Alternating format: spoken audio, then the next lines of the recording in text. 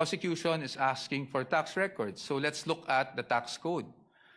Section 270 of which criminalizes disclosure of taxpayers' information. Meron po bang exception sa batas na ito? Meron po, but it is limited. Kasama po bang impeachment? Hindi po. That is very clear. Again, Congress wanted to put an exception for impeachment. They could have easily done so, but they did not. Now, Your Honors, let's go to Bank Secrecy Law, RA 1405. The state policy has always been to favor the secrecy of bank deposits, Your Honors.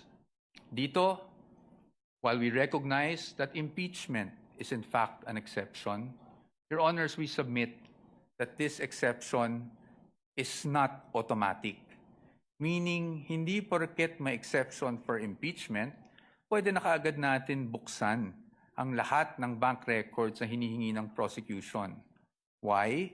Because, Your Honor, this exception does not dispense with constitutional safeguards. It does not abolish the right to due process. So dapat po, meron pa rin tayong basihan.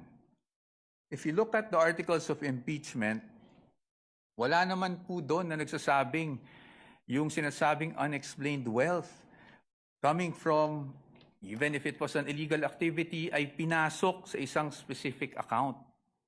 In fact, Your Honors, this exception does not automatically mean that we should permit a fishing expedition. Yun nga pong mga bank account numbers na nakaspecify sa request for the issuance of a subpoena, ang aming posisyon po dyan, yan po ay nakalap doon sa illegal disclosure, with all due respect, na ginawa ng AMLAC before the Committee on Justice.